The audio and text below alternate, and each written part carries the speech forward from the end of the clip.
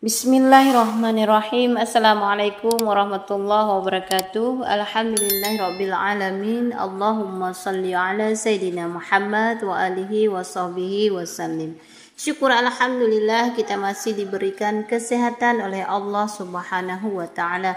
Saya doakan semoga sahabat semua selalu dalam lindungan Allah Subhanahu wa taala, dimudahkan rezekinya serta dipanjangkan umurnya. Amin ya rabbal alamin. Sahabatku yang dirahmati Allah, perlu kita ketahui ada 4 golongan manusia yang diharamkan masuk neraka.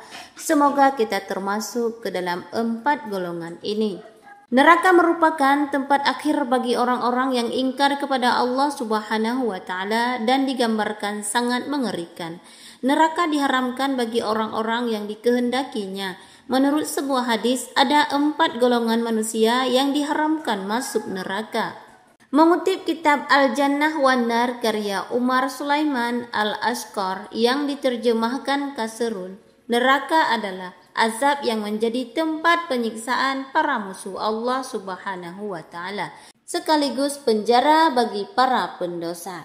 Neraka juga disebut sebagai kehinaan terbesar dan kerugian terbesar, sebagaimana Allah Subhanahu wa taala berfirman, yang artinya, "Ya Tuhan kami, sesungguhnya orang yang Engkau masukkan ke dalam neraka, maka Engkau benar-benar telah menghinakannya, dan tidak ada seorang penolong pun bagi orang yang zalim." Quran Surat Ali Imran ayat 192. Sebagai seorang muslim, hendaknya berjuang agar dirinya termasuk ke dalam 4 golongan yang diharamkan masuk neraka. Diriwayatkan dari Abdullah bin Mas'ud radhiyallahu an, Rasulullah Shallallahu Alaihi Wasallam bersabda, "Maukah kalian saya beritahu siapa orang yang tidak mungkin masuk neraka?" "Siapa ya Rasulullah?" Rasulullah Shallallahu Alaihi Wasallam menjawab, "Neraka itu diharamkan pada orang yang mempunyai 4 sifat ini." Lantas, siapa saja golongan manusia yang diharamkan masuk neraka? Yang pertama, yaitu sifat hayyin. Sifat hayyin itu yaitu tenang, tidak mudah panik dan santai. Hayyin adalah orang yang jika menghadapi masalah tidak mudah emosi. Ia akan tabayun atau berusaha untuk mencari kejelasan dari sesuatu yang tidak jelas terlebih dahulu.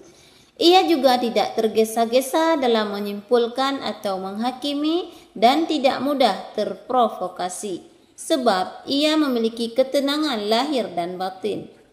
Kehadiran orang yang memiliki sifat hayyin ini sangat menenangkan, meneduhkan, dan tidak temperamental. Ia mampu mengontrol pikiran, mengendalikan perasaan, hati, dan sifatnya. Kemudian yang kedua, sifat lain. Sifat lain yaitu bersikap lemah lembut, sopan, dan santun. Contoh dari kepemilikan sifat lain yaitu Rasulullah Shallallahu Alaihi Wasallam. Rasulullah Shallallahu Alaihi Wasallam memiliki sifat lemah lembut, bahkan kepada musuh. Hati Rasulullah Shallallahu Alaihi Wasallam sangat penuh dengan rasa sayang kepada umatnya. Orang yang memiliki rasa kasih sayang akan melahirkan kelemah lembutan dan akan melahirkan sikap sopan santun. Sesungguhnya api itu hanya bisa dipadamkan dengan air. Sesungguhnya kemarahan hanya bisa dipadamkan dengan kelembutan. Orang yang memiliki sifat lain akan menjaga sifatnya, perkataan dan sikapnya tidak melukai, tidak memojokkan, serta tidak mempermalukan. Kemudian yang ketiga, sifat qabirin.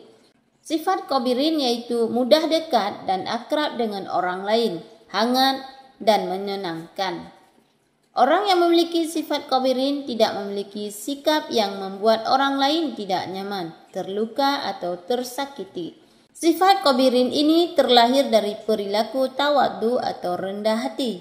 Orang yang tawadhu akan nyaman dengan dirinya, sehingga orang lain pun juga akan merasa nyaman bersamanya.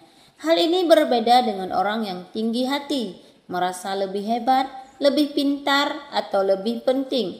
Mereka yang merasa dirinya tinggi dan melihat orang lain lebih rendah tidak akan nyaman dengan dirinya sendiri, sebab mereka selalu menuntut orang lain untuk menghargai, menghormati, serta memperlakukan dirinya secara khusus.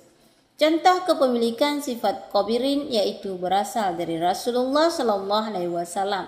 Keakraban yang dimiliki Rasulullah Shallallahu Alaihi Wasallam membuat dirinya sangat dekat dengan musuh.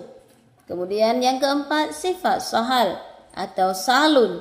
Sifat sahal yaitu santai, tidak bertele-tele, tidak mudah dendam ke orang lain, mudah serta tidak ribet. Orang yang memiliki sifat sahal memperlakukan segala sesuatu secara proporsional, sehingga masalah yang seharusnya tidak perlu dipermasalahkan tidak menduduki pikirannya. Ia akan lebih fokus ke ibadahnya dan tidak memikirkan kendala yang lain. Namun, bukan berarti memudahkan suatu masalah dan bukan berarti menganggap remeh permasalahan yang penting, sesuai dengan situasi dan kondisi beserta porsinya. Dan yang selalu ada dalam pikirannya adalah solusi. Nah, itulah sahabatku 4 golongan manusia yang diharamkan masuk neraka. Semoga kita termasuk dalam salah satunya.